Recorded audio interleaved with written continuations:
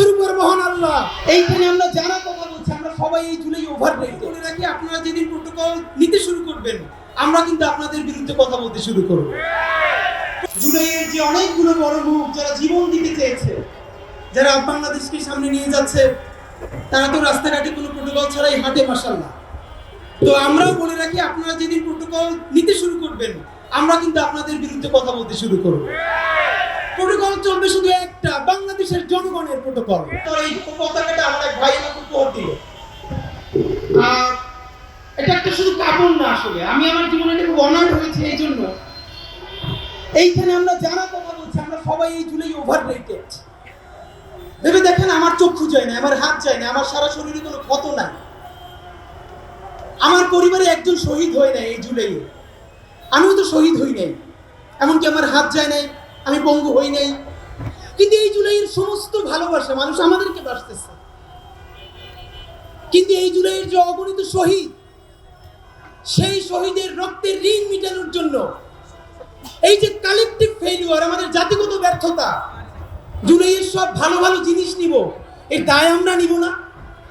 আমাদের মুশকিল হয়ে গেছে এমন, এই জুলাইয়ের যা যা ভালো কিছু সেইটা ফটোকাট করে ভাই ব্রাদারদেরকে বলবো পোস্ট করো, আর এই জুলাইয়ের যা কিছু দায় এইটাই আমি জানি না। আমরা বলছি এই জুলাইয়ের যা কিছু ভালো তার কোনো মাস্টার মাইন্ড নাই, একমাত্র মাস্টার মাইন্ড আর শুরু করে মহান আল্লাহ আর বাংলাদেশের 18 কোটি জনগণ। এই জুলাইয়ের যত দায়, সেই সমস্ত দায় আমি আমার ভাইয়েরা সহ বাংলাদেশের 18 কোটি মানুষেরও।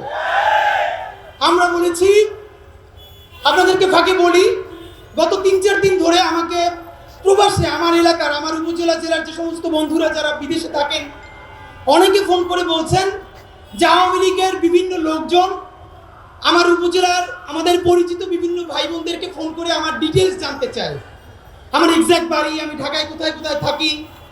তো আমার স্বাভাবিকভাবে মা ফোন করে কান্নাকাটি করছেন, তাদেরকে ফোন করে অনেকে জানাচ্ছেন। আওয়ামী লীগের গুন্ডা গণহত্যাকারীরা স্পষ্ট জেনে রাখো, কোন প্রাডো মার্সিডিজ বেঞ্জ নিয়া সারা ঢাকায় আমি ঘুরে বেড়াই না, কখনো বাইকে, কখনো রিক্সায়, কখনো ঘন্টার পরে ঘন্টা একজন লোক ছাড়া আমি শরীফ উসমান হাদি সারা ঢাকা ঘুরে বেড়াই কোন গুলির ভয়ে। আমার উপজেলার আওয়ামী লীগের চেয়ারম্যান 10 দিন ধরে দেখা করতে চাই। গতকালকে বললাম, আপনি যত ফেরেশতা হন, আপনি গণহত্যা না করেন, এই গণহত্যাকারীর সমর্থন যোগাইছেন। আমার কোন নৈতিকতার ভাবে আপনার সাথে আমি 1 মিনিট দেখা করতে পারি না। তিনি আমার মেসেজ দিলেন, ভাই সারাদিন বাংলাদেশ এমন থাকবে বলা যায় না, কারে কি কাছে লাগবে, আপনি যদি দেখা না করেন একজনকে পাঠান, একটু দেখা করতে চাই। খুব ডরাইছি, আরে হাসিনা আমারে চেনে বেটা, আর তুই তো একটা উপজেলা আওয়ামী লীগ, কোন মন্ত্রী হওয়ার জন্য, এমপি হওয়ার জন্য, প্লট বাগানের জন্য, বিদেশে বাড়ি কেনার জন্য এই জুলাইয়ের পর থেকে আমরা রাজপথে নামি নাই। রাজপথে নেমেছি সোজা একটা, আমার যে শহীদেরা স্বীকৃতি যারা আছে, তারা এখন পর্যন্ত এই রাষ্ট্রের আইনি কাঠামোতে দেশদ্রোহী, তাদেরকে আমরা এই জাতির শ্রেষ্ঠ সন্তানের স্বীকৃতি নেই, দেবই দেব ইনশাআল্লাহ। আজকে আপনাদেরকে মনে করি যে আরিফিন ভাই গেছেন, সেদিনকে প্রোগ্রামে নাইম ভাইও গেছেন। আমরা মাঝে মধ্যে চিন্তা করি, আমরা যে রাজপথে মাটি কামড় দিয়ে পড়ে আছি, এর সিগনিফিকেন্স কি? কিছুদিন আগে জাতিসংঘ এই জুলাই সেলিব্রেশন একটা প্রোগ্রাম করেছে, এখানে প্রধান উপদেষ্টা ছিলেন, সকল উপদেষ্টা ছিলেন। প্রধান উপদেষ্টার বক্তব্যের আগে 4 মিনিট নারায়ণগঞ্জের মাহবুব ভাই, যিনি 2 চোখ অন্ধ হয়ে গেছে, মাত্র 4 মিনিটের একটা ডকুমেন্টারি জাতিসংঘ করেছে, সেটা আমাদেরকে দেখিয়েছেন। আমি বলতে পারি ওই প্রোগ্রামে এমন কোনো লোক ছিল না যারা অঝরে কান্না করে নাই। আমরা ইনকিলাব মঞ্চের 10 জন আমরা এমন জোরে কান্না করছিলাম, পাশের মানুষ বিব্রত হয়ে যাচ্ছিল। আপনার এখানে এমন কেউ নাই মাহবুব ভাইয়ের 4 মিনিটের ভিডিওটা দেখলে নিজেকে স্থির রাখতে পারবেন। তার মা তাকে জিজ্ঞেস করছে, রাত্রিরে ঘুমাও না কেন? সে বলছে, মা এখন তো আমার কাছে কোনো রাত দিন নেই, 24 ঘন্টাই অন্ধকার। তারা অন্যরা জিজ্ঞেস করছে, ভাই আপনি কি সব থেকে বেশি মিস করেন?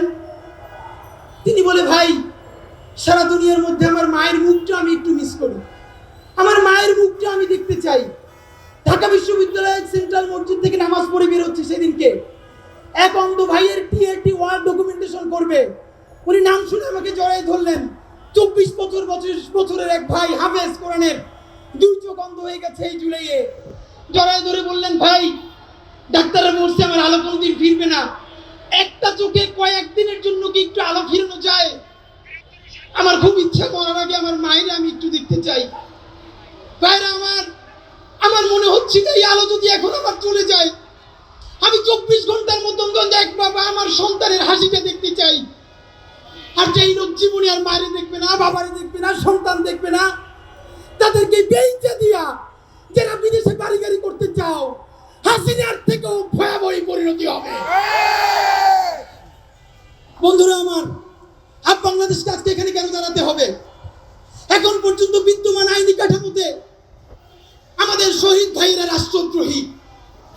এখন পর্যন্ত আইনি কাঠামোতে কেন তাদেরকে জাতির শ্রেষ্ঠ সন্তান করা গেল না? আমরা সবাই জান দেওয়ার জন্য রাস্তায় নামছি, তখন জাতীয় ঐক্য কমিশন রাত 12টা পর্যন্ত মিটিং করে। গত 1 বছর করছেন কি, তখন রাত 12টা পর্যন্ত মিটিং করেন নাই কেন? প্রিন্ট দিয়ে সবাই দিয়ে দিছি কি ভাই, এই চ্যাটজিপিটির জুলাই সনদ আমরা মানি না। আপনারা জানেন, আমাদেরকে অনেকে জানতে চাচ্ছেন আগামী 3 তারিখ যে কফিন মার্চের ঘোষণা করেছি আমরা, তা হবে কিনা। বাংলাদেশ আজকে প্রোগ্রাম করার জন্য আমাদের আরেকটি সুবিধা হলো, সারা বাংলাদেশের সমস্ত শহীদ পরিবার, সমস্ত আহত এবং জুলাই যোদ্ধাদেরকে জানিয়ে দিতে চাই, আজকে রাত পর্যন্ত এই ইন্টারিমের সময়। আপনারা আজকে রাতের মধ্যে ব্রিফ করবেন ঠিক কতক্ষণের মধ্যে কয় তারিখ জুলাইয়ের ঘোষণাপত্র সাংবিধানিক স্বীকৃতি সহ জারি করবেন। তারপরে বলবেন আগামী কয় তারিখের মধ্যে জুলাই সনদ সকল রাজনৈতিক দল স্বাক্ষর করবে। যদি এই চিন্তা করে থাকেন, কবে দিব জানি, 3 তারিখ একটা প্রোগ্রাম হবে একটা দলের, তারা ঘোষণাপত্র পাঠ করে দিবে, এরপর একটু কাটছাট করে সংবিধানে যুক্ত করে দিব। এই সব রাজনীতি করতে দেয়া হবে না।